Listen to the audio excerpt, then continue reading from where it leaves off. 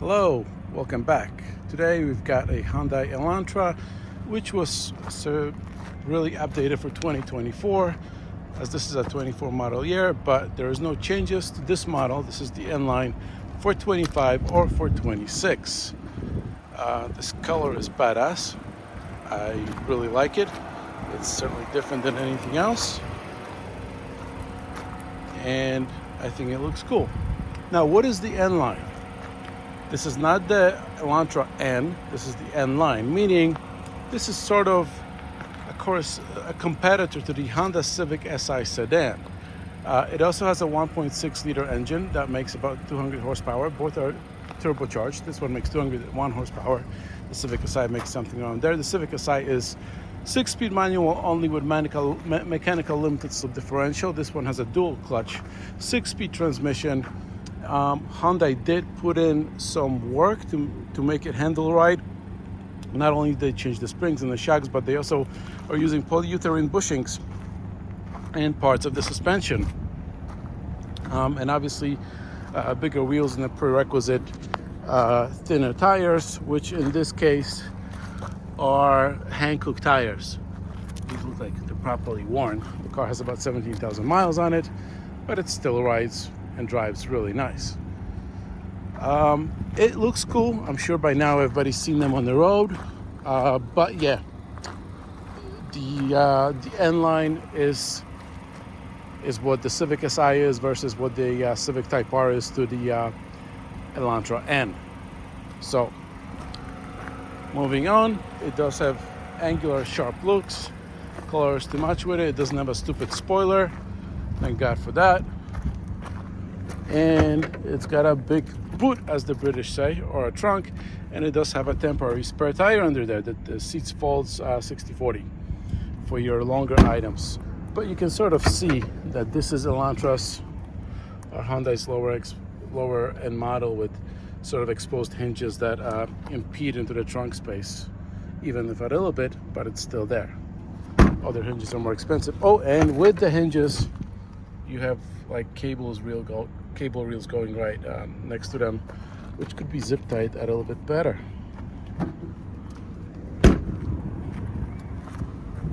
Back seat is spacious. You can definitely squeeze 3 adults over here. The front seat is set up for me at 6'2", so there's plenty of legroom for anybody. Cool fabric material. You're not gonna sweat on it. It looks like it's water resistant and fairly stain resistant as well. 3 headrests in the back, 3 seat belts, sunroof. Sunroof pops open and slides back. Inside over here, what we don't have is we don't have engine start stop. It just runs all the time like an engine should. Again, dual clutch transmission. The dual clutch transmission is really seamless. You know, sometimes at lower speeds and steady driving, you get a little jerkiness from them. You don't really get this one from this. On the highway, it's also very smooth. I actually didn't use the paddles for it because it always seemed to be in the right gear. There's drive modes over here, which again, Honda usually puts it over here somewhere. They put it over here this time. You only have 3 of them: Sport, Normal, and Smart, whatever Smart is. The Sport does make a difference with the throttle response and with the shifting of this transmission. There's also an additional Sport mode on the transmission. It's still automatic in Sport mode, but it does shift differently. I wonder how that's related to this mode, if it's separate or not. But BMW used to have a similar thing where you would have a Sport mode to the transmission and Sport mode to the driving. I actually kept it in normal most of the time, and that's because I was on the highway, and on the highway, ignore this, this went down, but for most of my ride, I drove it to New Jersey and back from Boston. And on the way to New Jersey, I got 37 miles per gallon. I guess it went down that a little bit.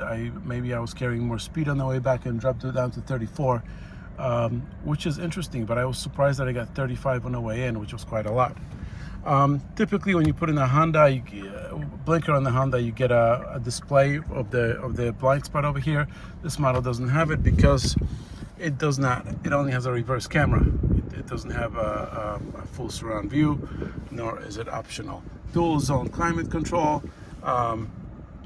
Anybody who knows Hyundai Entertainment Systems, you'll see that this is the same setup as they've had for a number of years now.